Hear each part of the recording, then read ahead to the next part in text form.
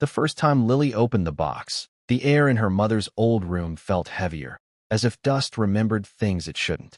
The box was small, wooden, with a faded floral pattern that once might have been cheerful. It sat quietly under the bed, waiting.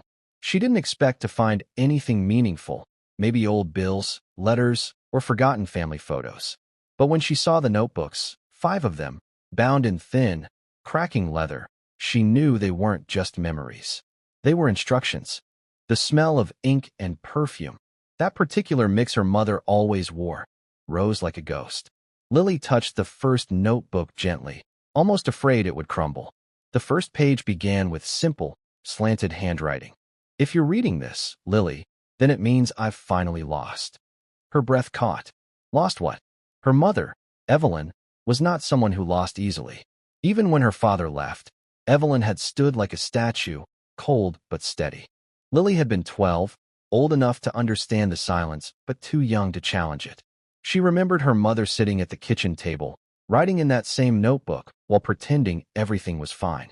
Lily had thought it was therapy. Now, years later, she wasn't so sure. She flipped to the next lines. "He thinks he took everything.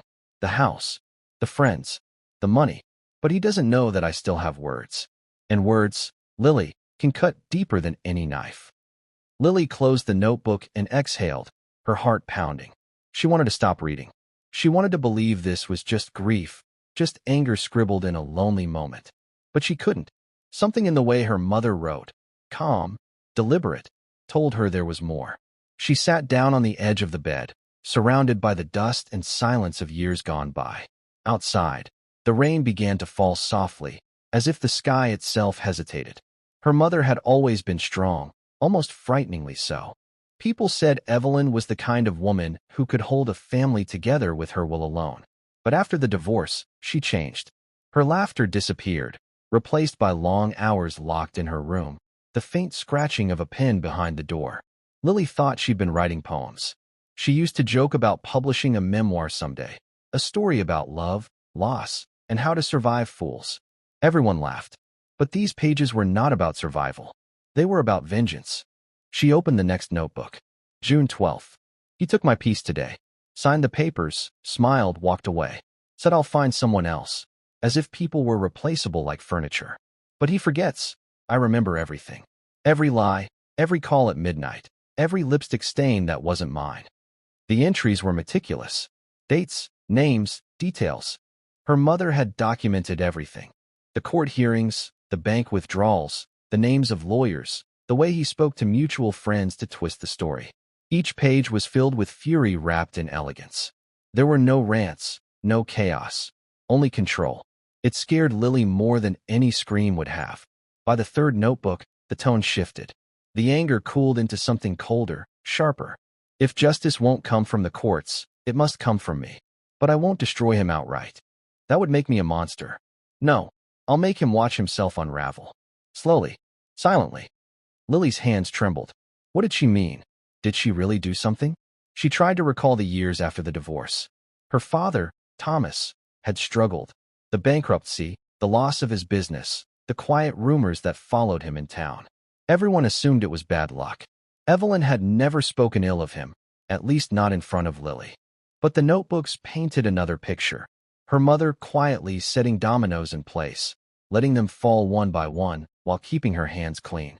A wave of nausea rose in Lily's chest. Was it true? Could her mother really have done that? She pushed the notebooks away, stood up, and paced the room. The air smelled of old paper and rain. For the first time, she felt like a stranger in her childhood home. Her phone buzzed, a message from her father. "How's the house? You find anything interesting?" Lily stared at the screen, unsure what to reply. He hadn't spoken to Evelyn in years. He didn't even come to the funeral. His excuse was, "It's better this way." She'd accepted that. But now, with these notebooks in front of her, she wasn't sure if he was avoiding grief or guilt. She typed back, "Just some old things. Nothing important." Then she set the phone aside and sat again, this time pulling the fourth notebook closer. The cover was darker, almost black. Inside, the writing had changed. Still Evelyn's hand, but more deliberate. It's strange how easy it is to hurt someone when you convince yourself it's justice. I tell myself he deserves this. But sometimes, Late at night, I see Lily's eyes and I'm not so sure. The words hit her like a blow. Her mother had written this to her, not for herself. These weren't private thoughts anymore. They were confessions. She turned the page. If she ever reads this, I want her to know I wasn't cruel for the sake of cruelty. I wanted him to feel the weight of what he did to us. I wanted to show her that strength isn't silence. It's action, even if it costs everything. Lily swallowed hard. The room felt colder. The rain outside turned heavier, tapping against the window like fingers. She looked at the last notebook, the smallest one, barely half filled. The first line made her heart stop. He called today, said he forgave me. But forgiveness is a strange thing when you've already taken everything away. Lily sat perfectly still, her pulse roaring in her ears. She flipped through the rest of the pages, searching for more, for some hint of remorse or closure. But the last entry ended mid-sentence, with a drop of ink smeared like a tear. If there's one thing I regret, it's nothing after that. Just blank paper. She stared at it for a long time, her fingers tracing the edge of the words. Then she closed the notebook and whispered into the silence. What did you do, Mom? Outside, thunder rolled across the sky. Lily didn't sleep that night. The notebooks sat on the kitchen table like silent witnesses, their presence too loud to ignore. The rain had stopped by morning, but the sky stayed gray, hanging low over the roof as if it, too, carried a secret. She made coffee, the bitter kind her mother used to drink, and stared at the first page again. Every word felt heavier now, pressing against her like a question she wasn't ready to answer. She told herself she'd stop after one more entry. Just one. But curiosity, or maybe fear, pulled her deeper. July 2nd. He thinks he's free now. I let him believe it. I've spoken to his partner, Robert. Funny how loyalty shifts when money gets tight. All I needed to do was tell the truth, just not all of it. Lily frowned. Robert? She remembered that name. Her father's business partner, the one who suddenly backed out of a major deal right before the collapse. Her mother had mentioned him once, casually, when Lily was in college. She'd said, "Some people learn what betrayal feels like the hard way."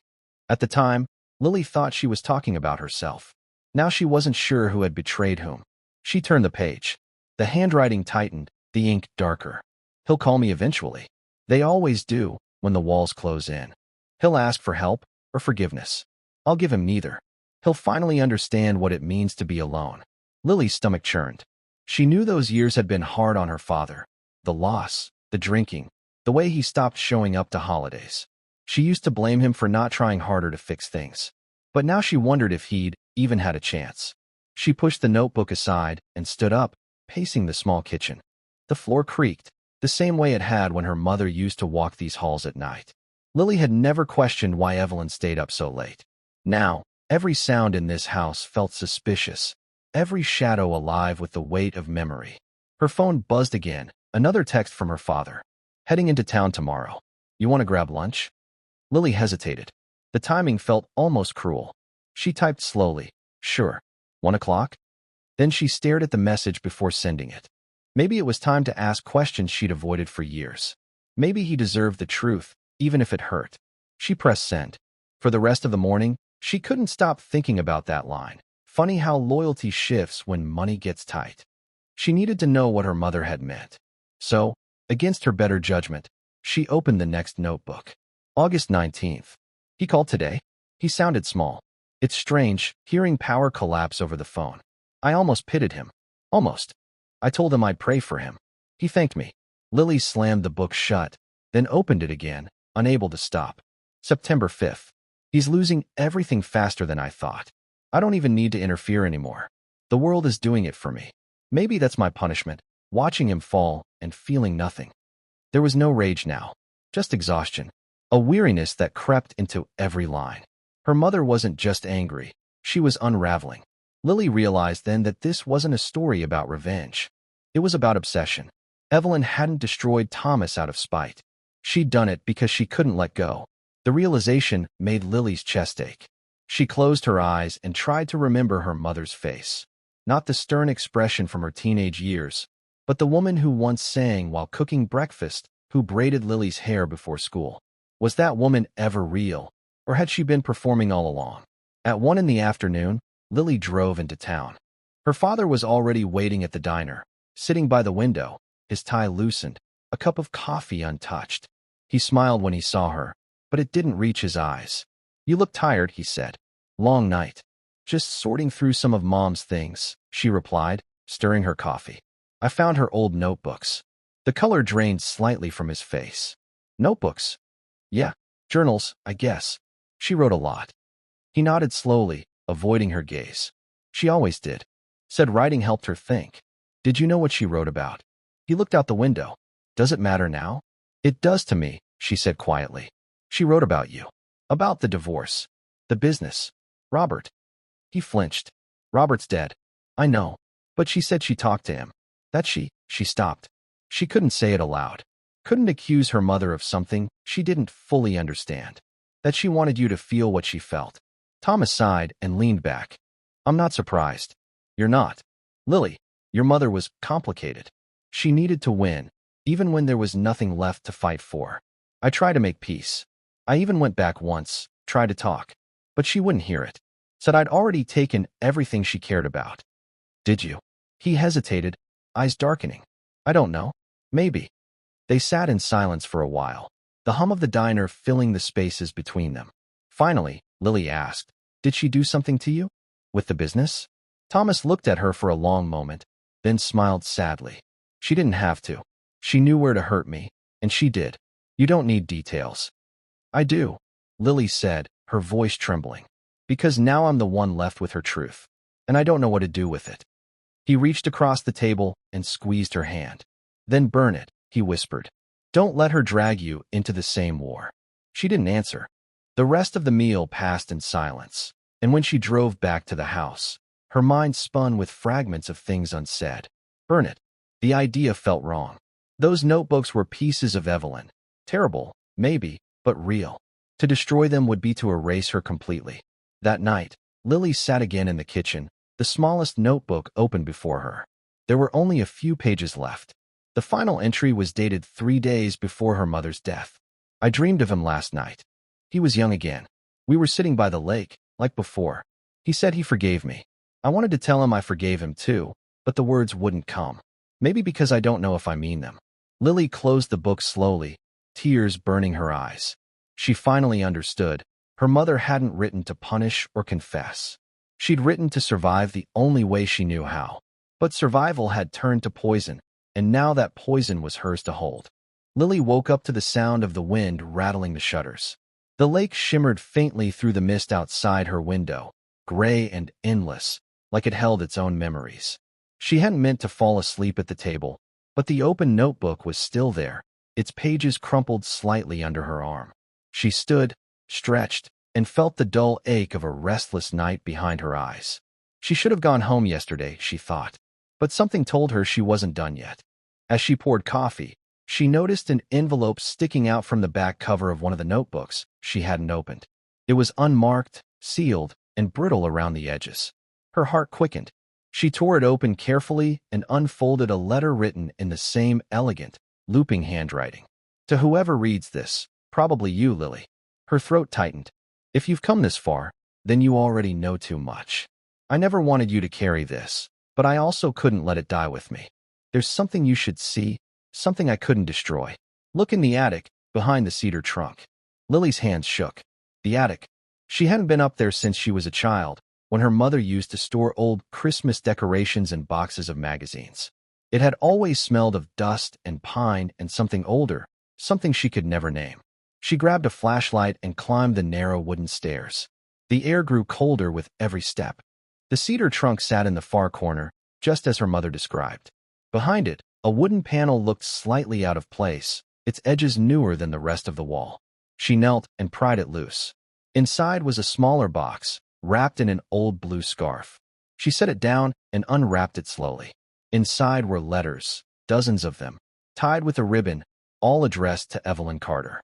The return address on most was from Thomas Carter, her father, but the postmarks stopped abruptly in 1998, the year before the divorce. She sat cross-legged on the floor, heart pounding, and untied the ribbon.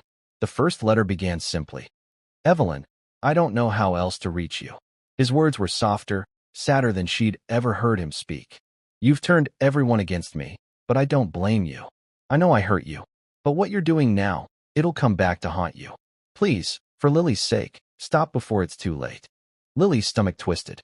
Her father had written these, but her mother had kept them, hidden them, even. Each one after that carried more desperation, more regret. I know about Robert. I know you told him things that weren't true, but I forgive you. Just stop. You're better than this. Lily put the letter down, staring at the ink smudges where tears might have fallen long ago. Her father never mentioned these letters. Maybe he thought her mother destroyed them.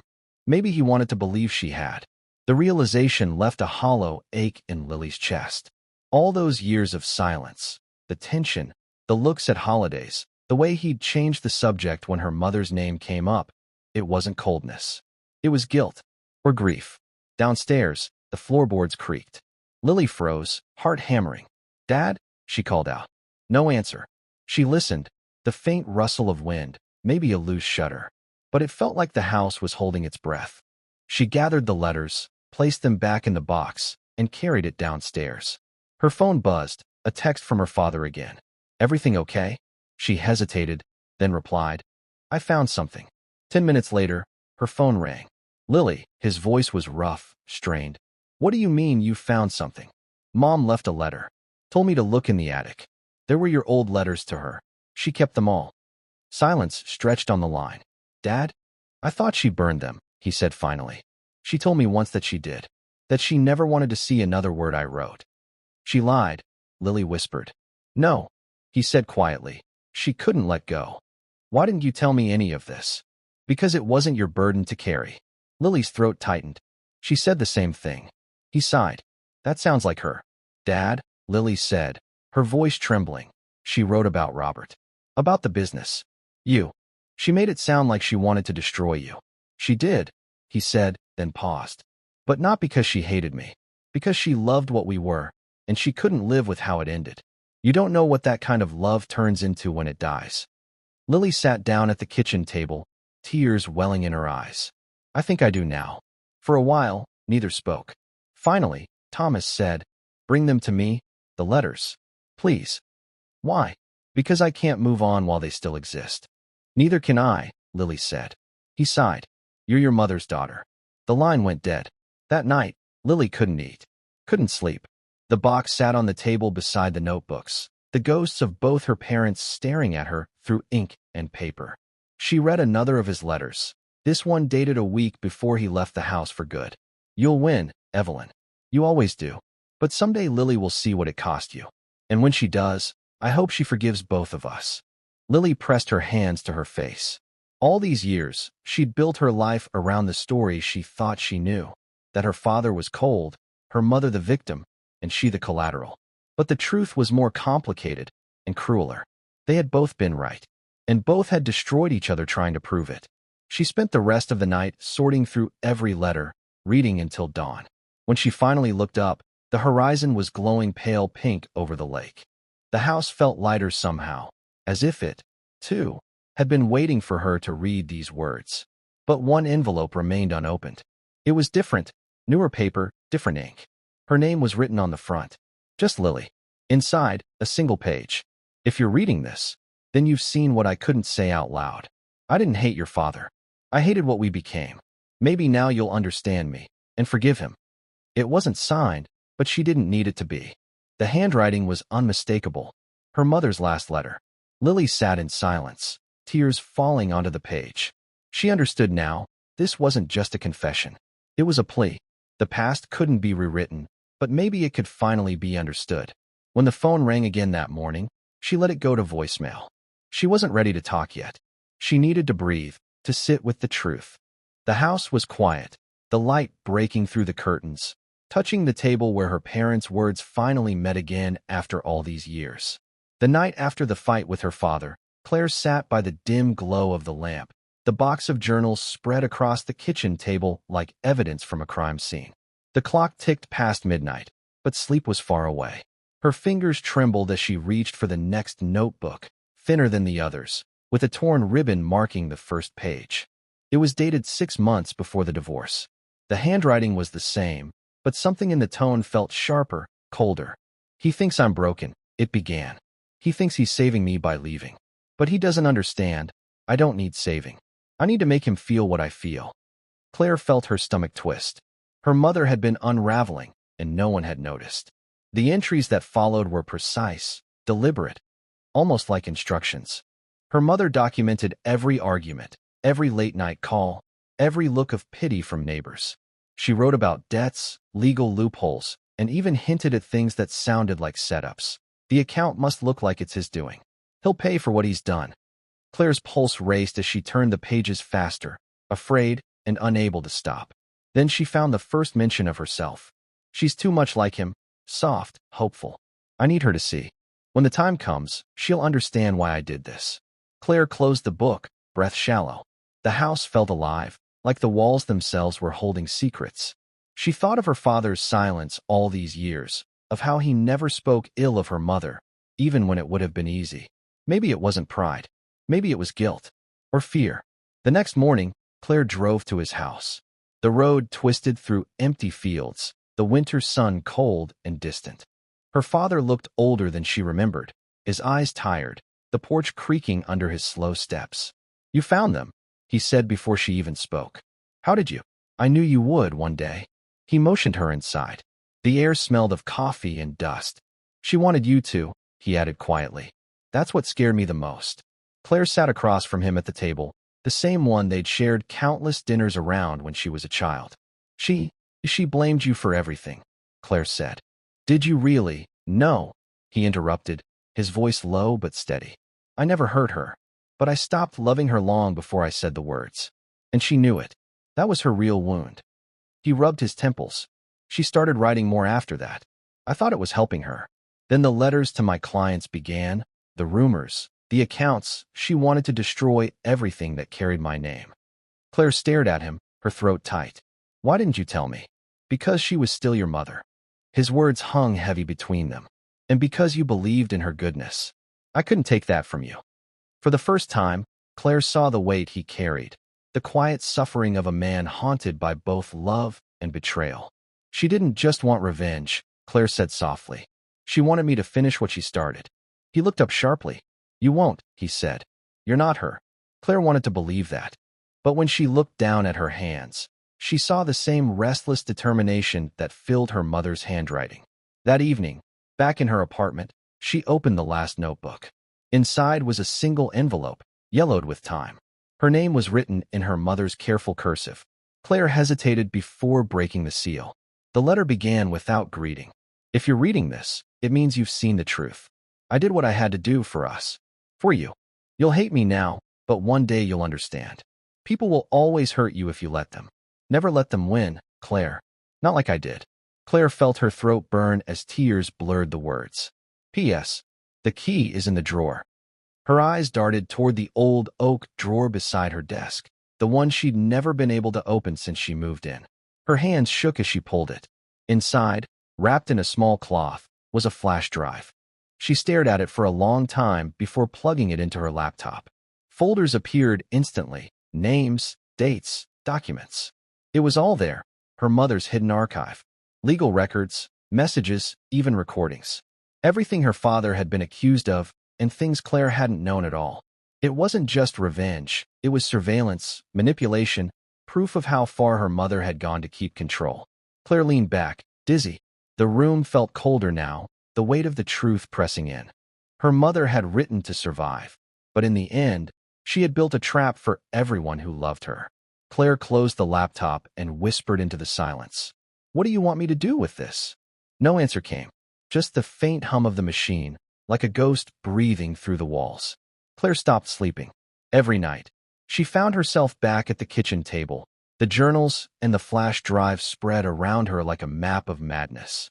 The more she read, the more she realized how deep her mother's reach had gone. There were emails to lawyers, messages sent under false names, payments disguised as charity. But worse were the personal notes, obsessive, almost devotional entries about Claire herself. "She'll understand one day. She has my heart, my fire. I just need to guide her to use it." Claire began to hear her mother's voice when she read those lines, the soft, persuasive tone that had once comforted her as a child, now feeling like a whisper from a stranger. Days blurred. Claire skipped work. She ignored calls. Even her father's texts, short, cautious messages, went unanswered. She couldn't face him yet. Every discovery twisted her understanding of the past tighter, like a rope around her chest. One night, she opened a file named Last Testament. Inside was a scanned and signed will, her mother's handwriting, but not filed officially. The words were simple. To my daughter Claire, I leave everything that remains of me, the truth. Attached was a document list, property titles, safety deposit access numbers, and a letter addressed to a lawyer. The date on the file was the day before her mother's car accident. Claire froze. She remembered that night vividly, the phone ringing just before dawn, the hollow voice of a police officer, the sound of her father breaking down for the first time in her life. Everyone had called it an accident. But now, reading the timestamp, Claire wasn't sure. She dug deeper. There were drafts of letters to her father, unsent, filled with rage and apology in equal measure. If you won't feel my pain, one read, you'll live with its echo. The last entry in the journal was dated the same day. The ink was smudged, but the words were clear. He'll finally see what he's done, and she'll see that love means fighting until nothing is left. Claire closed the notebook slowly, tears stinging her eyes. No, she whispered. You didn't do this, not on purpose. But the evidence said otherwise. In a haze of fear and disbelief, she drove to her father's house. Rain hammered the windshield, lightning cutting across the sky. He opened the door, startled. Claire. She stepped inside, soaked, eyes red. I found everything, she said. The letters, the will, the files. She planned it all. He didn't move. His face paled. Claire, listen to me. No. You listen, she shouted, her voice shaking. Did you know she was going to do it? Did you just let her? Of course not, he snapped, slamming his hand against the table. You think I wouldn't have stopped her if I could? You think I wanted this? His voice broke. I tried. I begged her to let go of the anger. But your mother, she needed control more than she needed peace. Claire stared at him, trembling. So she died, proving a point. He looked away, his silence answering for him. That night, Claire couldn't stay. She drove aimlessly through town until dawn. Her mind replayed every moment of her childhood, her mother's careful smile, her father's quiet guilt, the arguments behind closed doors. And now, this legacy, a labyrinth of pain disguised as truth. When she finally returned home, something inside her snapped. She took the flash drive and the journals and laid them on the floor. You wrote to survive, she whispered, but you killed everything else in the process. She poured a glass of wine, staring at the pile. Her mother's words echoed again. Don't let them win. Claire hesitated, then reached for a lighter. The small flame flickered in her hand, its reflection dancing across the glossy pages. She wanted to burn it all, to erase the curse of those words. But just as she was about to drop the flame, her phone buzzed. A message from an unknown number appeared. Claire, if you found what she left, meet me. You don't know the full story. No name, just an address. Her breath caught. The location was familiar, the name of a law office from her mother's files. The lighter fell from her hand and clattered to the floor. Claire stood frozen, caught between two paths, to destroy the truth or to follow it into whatever darkness it led. As dawn broke through the window, she whispered, All right, Mom. One last chapter. And she left, the flash drive still glowing faintly on the table behind her. Claire hadn't slept in 3 days. Every time she closed her eyes, she saw her mother's handwriting, sharp, slanted, urgent, spelling out words she could never unsee. The journals had become an obsession. They lay open across her kitchen table like wounds that refused to heal, pages filled with equal parts love and venom. Her mother's voice seemed to whisper from between the lines, not as comfort, but as command. The house felt smaller every night, walls pressing in, shadows thickening around the lamplight. She no longer knew if she was uncovering her mother's truth or losing her own mind. It was just past midnight when Claire opened the last notebook. The cover was darker, the edges worn from being handled too much. Inside, the handwriting looked unsteady, as if written with shaking hands. If you're reading this, the first line began, then I failed to end the cycle. Claire's throat tightened. She flipped through, faster, pages crammed with confessions. how her mother had planned not just her revenge, but every step of what would happen after. Payments hidden in charity accounts, anonymous letters sent to lawyers, fake names used for wire transfers. There were even notes about Claire herself, chillingly precise. She will resist at first, one line read. But she is my mirror. She will understand what justice costs. Claire pushed the book away and stood, her breath quick and uneven. No, she whispered, as if saying it aloud could undo the words. But her hands were already trembling toward the laptop, the flash drive waiting on the desk. She plugged it in. A folder opened, dozens of files, most already familiar. But one she hadn't seen before caught her eye. Final letter. Inside was a scanned document dated the day before her mother's death. The subject line read, "To be delivered posthumously." The letter itself was addressed to a lawyer, but it wasn't a will. It was a statement, almost a confession. Her mother wrote that she could no longer live knowing what he took from her, and that the accident would make it right. Claire's body went cold. Accident. The word clawed through her. She read it again and again, until the letters blurred. She saw herself 12 years old, sitting on the stairs while her father sobbed into his hands, saying it was a car that came out of nowhere. But now, she wasn't sure. Had her mother driven into that tree on purpose? Was it revenge? Or despair? The next file offered no comfort, just a scanned insurance policy with her father's name marked as beneficiary. Claire slammed the laptop shut. Her reflection in the screen looked like a stranger, eyes wild, face pale. She needed answers.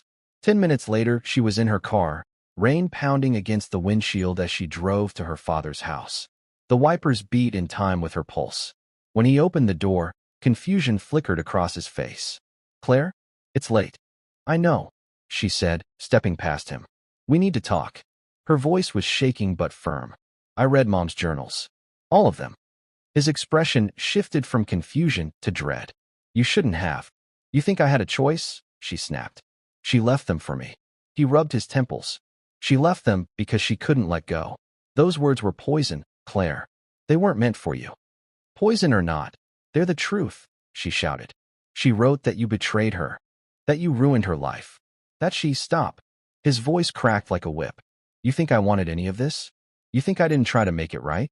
Your mother needed to win, even when there was nothing left to fight for." Claire's chest heaved. "Then what about the accident? Was it really an accident?"